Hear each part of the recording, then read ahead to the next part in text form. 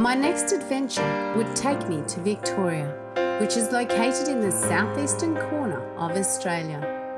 Victoria's forest boasts towering eucalypts that are home to many of Australia's unique wildlife species. These forests attract tourists from all around the world. But in 2009, the fury of fire unleashed on Victoria like never before. Multiple fires broke out, some were deliberately lit. It devastated many of us who understand how many animals die in bushfires. I desperately wanted to help wildlife caught in the fires that may have survived. Black Saturday is a day in Australian history that most of us will literally never forget. Just look around, it really is black down here. That day, hundreds of people lost their lives. And if people couldn't get out of the fire, what chance did the animals stand? In fact, some of the estimates are we may have lost up to 90% of our population of koalas down here, and possibly 85% of our eastern grey kangaroos. Now you can see what devastation the fire causes. So, where do you start looking? Wildlife Victoria has been caring for Victorian wildlife for many years. The general area that they talk about is 400,000 hectares. When you go out into the fireground and you drive for hours and all you see is blackened landscape and hills and some inaccessible areas, you quickly realise that there's no way on earth that we're going to be able to check every single metre of forest that's been burnt. For years we've been doing fire rescue training and teaching people how to do line searches and how to do certain animal handling and to look for animals in different ways in firegrounds. But because of the enormity of this situation, we've had to call out for a lot of new volunteers. A big task was to get teams out there that had someone in the team that knew what they were doing, that had more experience than the others, joined up with a lot of inexperienced people, and then, it's just to be careful management out on the ground to make sure they all stayed safe. I joined rescue crews in Listerfield National Park near the Dandenong Mountains, and a group of rescuers who had been working through the devastated firegrounds. So we're going to look for wallabies down that gully, right? So we saw some before, so hopefully we'll see them again. There might be a pathway between here and the waterway, So I'd say we've still got an injured one out there. Yeah. We've come here because there's actually a waterhole down here with some water in it, and it tends to be where the animals might gather after a fire. They've found some tracks just near the waterhole, and basically what happens here is everybody spreads out in a line to see if they can find any animals. So that's why we've got this pattern going out here.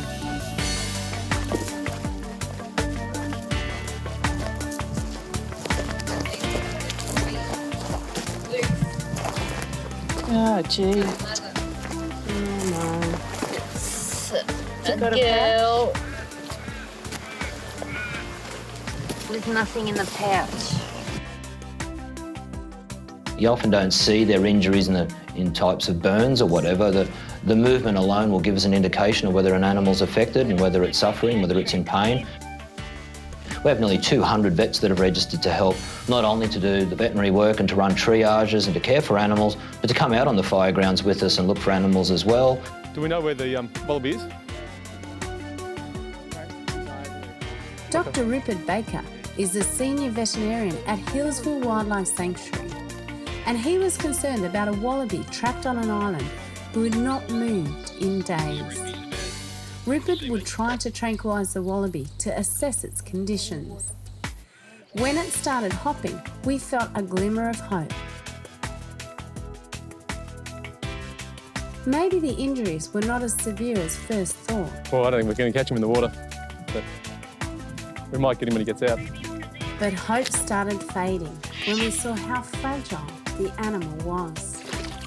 I was about to experience the heartaches of this job and just how much our wildlife suffers after bushfires like these.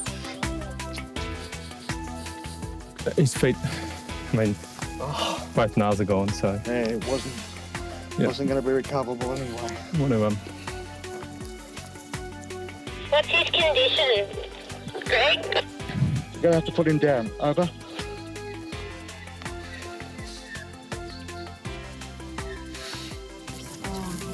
Oh, look at his feet. He wasn't going to survive anyway. No. Oh, and he's so skinny, poor little man.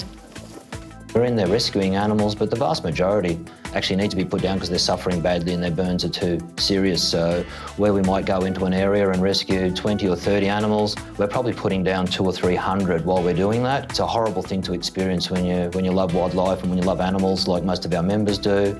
And it's only the ability to be able to rescue those few that can be saved and can be rehabilitated that gives us that energy to keep going on, and knowing that there are animals out there suffering, I can't go to bed at night. We've got ourselves in a line search and we're looking for some wallabies. They've seen some wallabies yesterday that were injured, but they looked okay. So we're all going up this hill here to see if we can find some of those wallabies. We haven't had a lot of luck. It'd be really nice to find a live kangaroo or a kangaroo we can help. Quite a few tracks on this side, but they're healthy. No dragging and quite a big leap between footprints. So that's a good sign. 9 healthy, happy. Yeah, it's all healthy. Yeah, all different sizes. Yeah. But they were young, None though. of the ones we saw None of the ones yesterday that we saw yesterday are in that lot. That's what we wanted to see. We wanted to find lots of roos that were still alive, and it looks here that we have a mob of kangaroos and they look very healthy. This is the fun part of the job, when you see them alive, happy and healthy.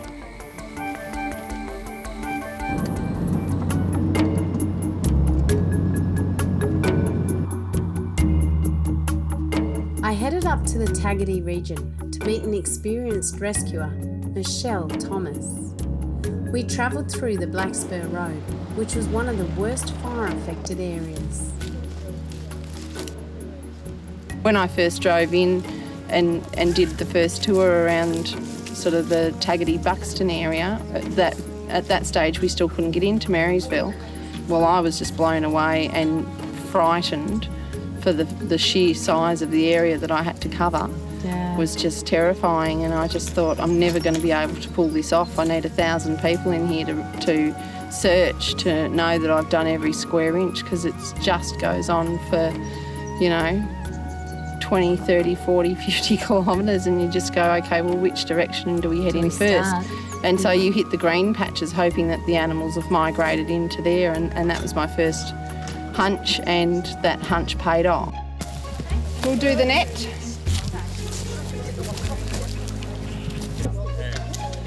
So today I'm out with the koala catching crew. They're trying to catch some of the koalas that are stuck in trees after the bushfires. And we've got this little guy stuck up a tree here. It's a month since the burns and we're still finding koalas, and you'll find koalas for up to 6 weeks after a fire has been through. So it's really important for people to realise that when the koalas are in the trees after burns, that it's not necessarily that there's nothing wrong with them. Right, so these guys are getting the net ready. Is that like a drop net to catch? Yep, that's just in case he falls. Ian, can I have the tape before we go any further?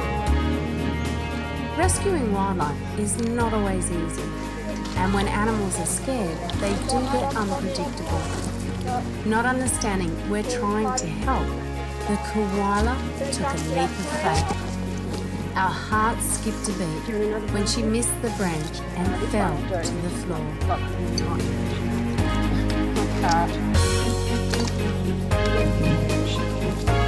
But this was no ordinary koala. She'd already survived a bushfire right through her territory. And then she had to deal with the lack of food. And when she was finally offered a drink, it was just reward for her super koala leap. We haven't had a koala that hasn't come out and not been affected by fire in any way, shape or form.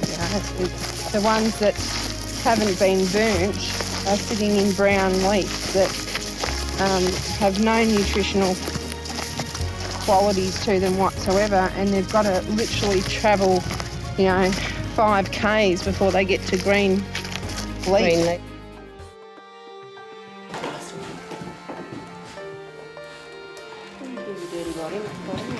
We're back at the makeshift triage. This is where all the rescuees come back from the wild to have a look at their injuries and see how they are. Got a lot of little baby possums, got a couple of koalas. So we're just going to soak her feet for a little while just to remove any soot, but I mean, it doesn't even look like there's any soot on her feet either, so... So she was just lucky. She must have gone up the right tree. Yeah, exactly, Yeah. Got a heart rate of 114. Breaks in her ribs. Mum, probably about like 8 years old. Right. Gone into Marysville and got wombats out of Marysville, baby wombats that have lost their mothers obviously in the fires, and they're wandering around. We've got one back at our triage area that's got quite extensive burns across its back and the top of its head. This is what you want to see. This is the little river, the one with the little burns. She looks like she's going to make it.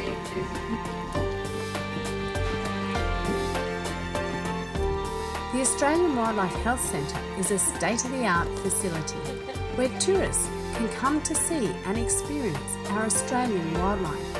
But it's specifically built to help and treat wildlife, and in times of bushfire, it's kept very busy.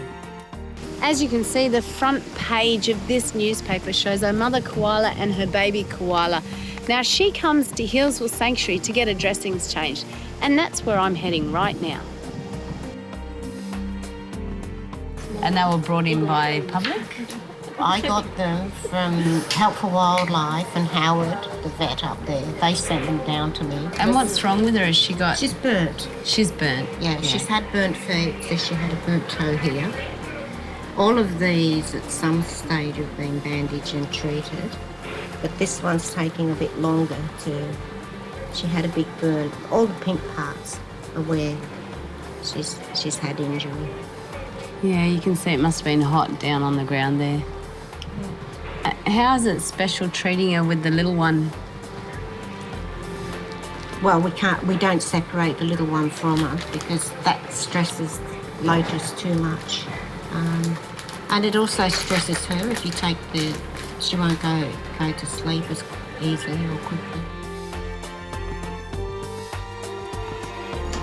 And this is where our little animals end up, in a wildlife carer's shelter. This is back at Michelle's house, and she's got animals absolutely everywhere.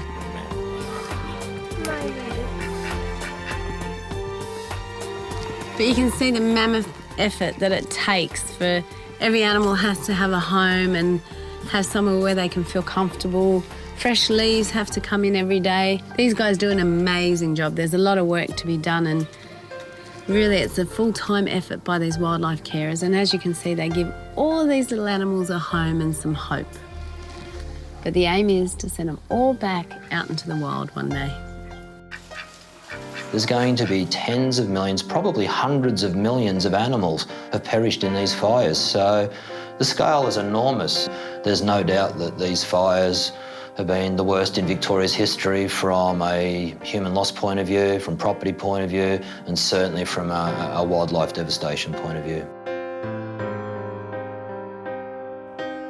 These super fires of Victoria have affected so many of Victoria's wildlife species and brought rescuers to the point of exhaustion.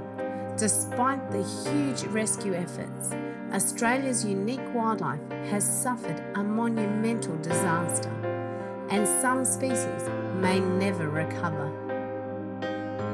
What would Australia be without the cute faces of koalas, kangaroos, and wombats? We must find a way to ensure that our wildlife and the habitat it needs to survive is protected, so we maintain diversity of life on our planet.